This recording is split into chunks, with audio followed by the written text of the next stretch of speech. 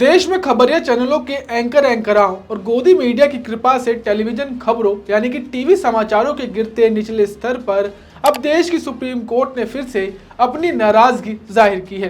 कुछ दिनों पहले मीडिया ट्रायल पर गोदी मीडिया को जमकर लताड़ लगाने वाली देश की सर्वोच्च अदालत ने एक बार फिर टीवी समाचारों में चल रही नौटंकी और लाल फीताशाही पर अनुशासन बरतने की सलाह दी है। आज अभिव्यक्ति की स्वतंत्रता का मजाक बनाने में लगी गोदी मीडिया को सुप्रीम कोर्ट ने अपने हद में रहने की नसीहत दे डाली है। तो क्या कुछ कहा है सुप्रीम कोर्ट ने, चलिए आपको विस्तार से बताते हैं। नमस्ते, मेरा नाम सुमित है और आप देश नीति देख रहे हैं।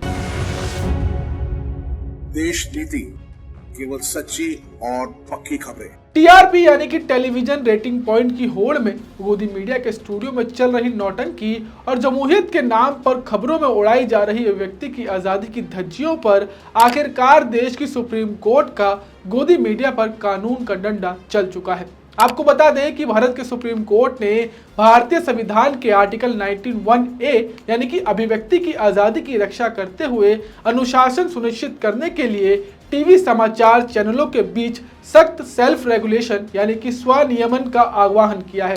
सुप्रीम कोर्ट ने देश में बढ़ती नफरती खबरों और गिरते गोदी मीडिया के स्तर को देखते हुए, जिसे अब news broadcasters and digital association के नाम से भी जाना जाता है, और एनबीएफ यानी कि न्यूज ब्रॉडकास्टर्स फेडरेशन से गलत तरीके से काम करने वाले चैनलों से निपटने के लिए तंत्र को मजबूत करने के तरीके सुझाने को कहा है। आपको बता दें कि एनबीए ने उस फैसले के खिलाफ अपील की थी जिसमें समाचार चैनल संघों द्वारा अपनाए गए स्वनियामक तंत्र यानी कि सेल्फ रेगुलेटरी मैकेनिज्म को कानूनी दर्जा देने से इनकार कर दिया गया था। अदालत ने एनबीए और एनबीएफ को अपने दिशा निर्देश प्रस्तुत करने के लिए 4 हफ्तों का समय दिया है। इस अवधि के बाद मामले की दोबारा से सुनवाई होगी।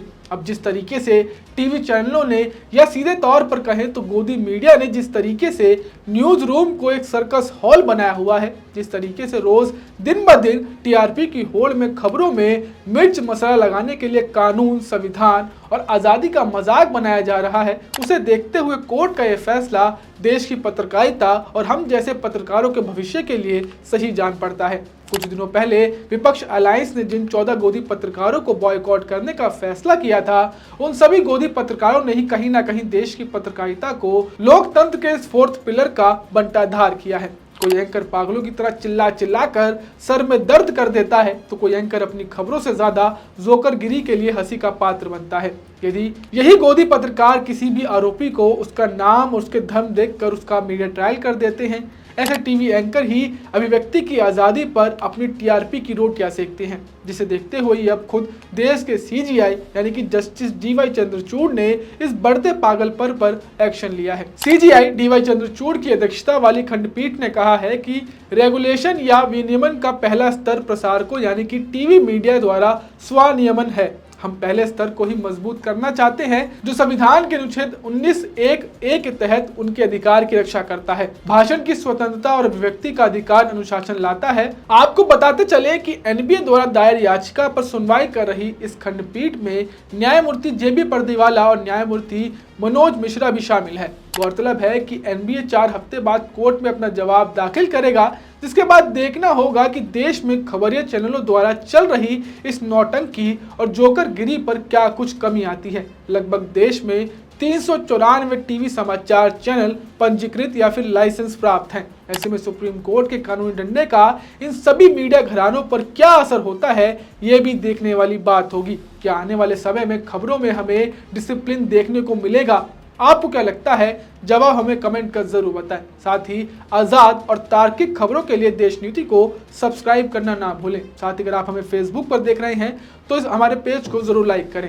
मिलते हैं आपसे अगली वीडियो में, तब तक के लिए नमस्कार। आपका एक सब्सक्राइब हमारे लिए महत्वपूर्ण है। देश नीति को अभी सब्सक्राइब करें और बेल आइकन को दबाना ना भूलें।